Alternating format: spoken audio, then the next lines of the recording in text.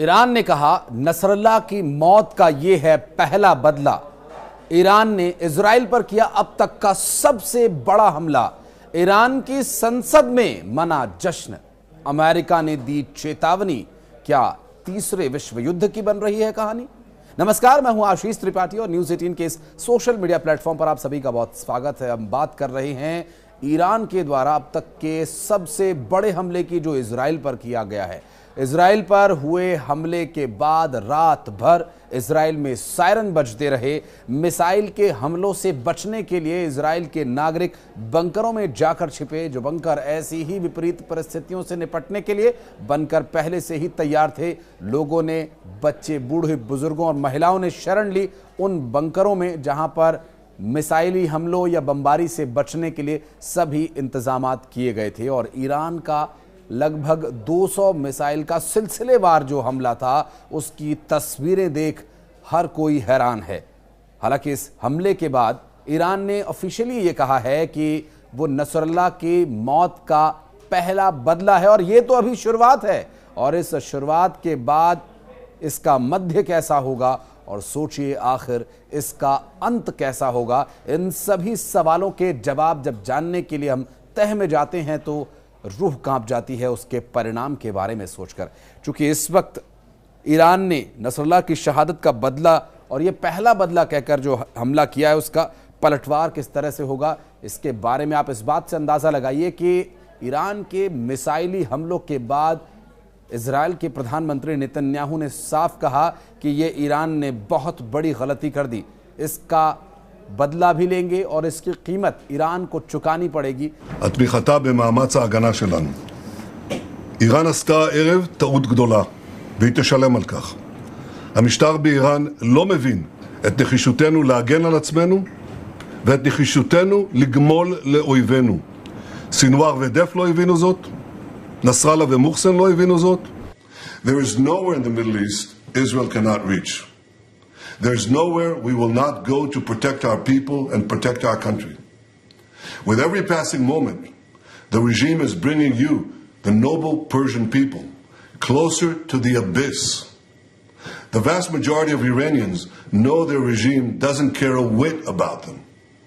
If it did care, if it cared about you, it would stop wasting billions of dollars on futile wars across the Middle East. It would start improving your lives.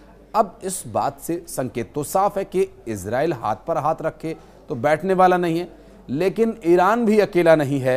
और Hezbollah के Nasrallah की मौत की वजह से क्या OIC भी अब एक साथ नजर आएगा? हालांकि अब ईरान ने ये ऑफिशियली खुले तौर पर हमला कर दिया है, तो ईरान के द्वारा वो 57 मुस्लिम देशों का क्या समूह एक बार फिर से एक बैठक करेगा? क्योंकि अंदर खाने जो चर्चा है वो ये कि अमेरिका और इजराइल की मीटिंग हुई और जो बाइडेन ने खुले तौर पर कहा कि वो इजराइल के साथ हैं और उन्हें हर तरह का सपोर्ट इजराइल को देना है। और इजराइल की जनता के लिए सोचते हुए, उनके बारे में चिंता करते हुए जो बाइडेन ने इस बारे में खुली चेतावनी भी दी है। और आपको बता दें कि एक गुप्त बैठक भी हुई और इस बैठक के बारे में सूत्रों के हवाले से जो जानकारी मिल रही है वो ये कि इजराइल को हर तरह से तैयार करने के लिए अमेरिका ने पूरी तरह से सपोर्ट कर दिया है। अब इजराइल को अमेरिका सपोर्ट कर रहा है तो दूसरी तरफ ईरान को रशिया ने सपोर्ट कर दिया है। इन हालातों में तीसरे विश्व युद्ध की दस्तक तो बहुत लंबे समय से हो ही रही है, लेकिन दो प्रमुख शक्तियों ने जिस तरह से दो देशों को सपोर्ट किया है और दोनों देश एक दूसरे के खिलाफ हमला करने को पूरी तरह से तैयार हैं और हमले हो भी रहे हैं, लेकिन अब इस वक्त इजराइल बौखलाया हुआ है और पूरी तरह से हमला करने की, पलटवार करने की तैयारी में है। जानकारी ये मिल रही है कि नेतन्याहू ने जो चेतावनी जारी की है इसकी कीमत तो उन्हें चुकानी पड़ेगी ही, लेकिन पलटवार करने के लिए जिस तरह से इजराइल तैयारी कर रहा है और अमेरिका उसका साथ दे रहा है, मिडिल ईस्ट में ये एक बड़ा और भीषण युद्ध हो सकता है। लेकिन इसके परिणाम बहुत से लोगों को भुगतने होंगे। न सिर्फ इजराइल में बल्कि ईरान में भी भारतीय लोग रहते हैं और उनकी सुरक्षा को देखते हुए नरेंद्र मोदी सरकार पूरी तरह से तत्परता के साथ उनकी सुरक्षा के बारे में सोच रही है। और वहां रह रहे नागरिकों को एडवाइजरी जारी की गई है कि ईरान या इजराइल में जो भी भारतीय नागरिक मौजूद हैं वो तुरंत प्रभाव से वहां मौजूद भारतीय दूतावास यानी इंडियन एम्बेसी में जाकर संपर्क करें और उनकी सुरक्षा को वहां सुनिश्चित किया जाएगा। अननेसेसरी, बिना आवश्यक किसी भी तरह की यात्रा को करने से बचें। हालांकि इस वक्त ईरान में भारतीय एम्बेसी और इजराइल में भारतीय एम्बेसी को लगातार जो संदेश है वो दिए जा रहे हैं। लोगों की सुरक्षा को लेकर क्या कुछ प्रयास उन्हें करने हैं और वहां मौजूद लोगों को क्या इवैक्यूएट किया जाएगा या फिर अभी कुछ समय वो वहां रह सकते हैं, इन सभी बातों पर आगे आने वाले वक्त में सवालों का जवाब तो मिल ही जाएगा।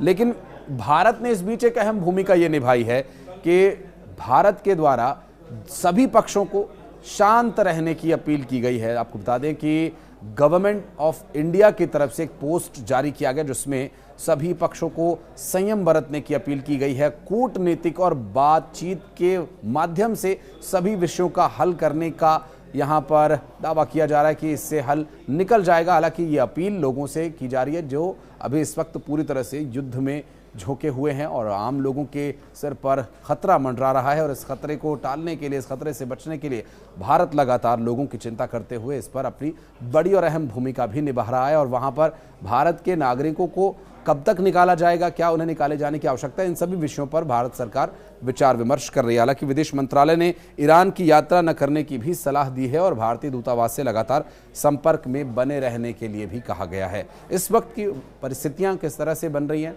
क्योंकि इजराइल अब शांत बैठने वाला नहीं है और इजराइल के द्वारा यदि पलटवार किया गया तो ये पलटवार कितना भीषण होगा, आप इस बात का अंदाज़ा इस बात से लगा सकते हैं कि 200 मिसाइल्स का जो हमला है वो ईरान के द्वारा किया गया और इजराइल को हालांकि बहुत ज़्यादा धरातल पर नुकसान नहीं हुआ, लेकिन इस बात से बौखलाए इजराइल ने अब अपने न सिर्फ वायुसेना बल्कि अपने उन मिसाइली बेड़ों को भी पूरी तरह से तैयार कर लिया है। सूत्रों के हवाले से ये जानकारी मिल रही है कि चंद घंटों की बात है और उसके बाद ईरान में धुआं हो जाएगा। हालांकि ये सभी परिस्थितियां न बने इसके लिए भारत लगातार अपनी भूमिका निभा रहा है और बातचीत के माध्यम से इस संबंध में हल निकालने की अपील कर रहा है। इस युद्ध की, इस भीषण विध्वंस की क्या परिणति होगी ये तो बहरहाल आने वाला वक्त ही बताएगा, लेकिन ये परिणति न बने, इस तरह के परिणाम न देखने को मिले, इसके लिए भी प्रयास किए जाने की आवश्यकता है। आप इस बारे में क्या सोचते हैं?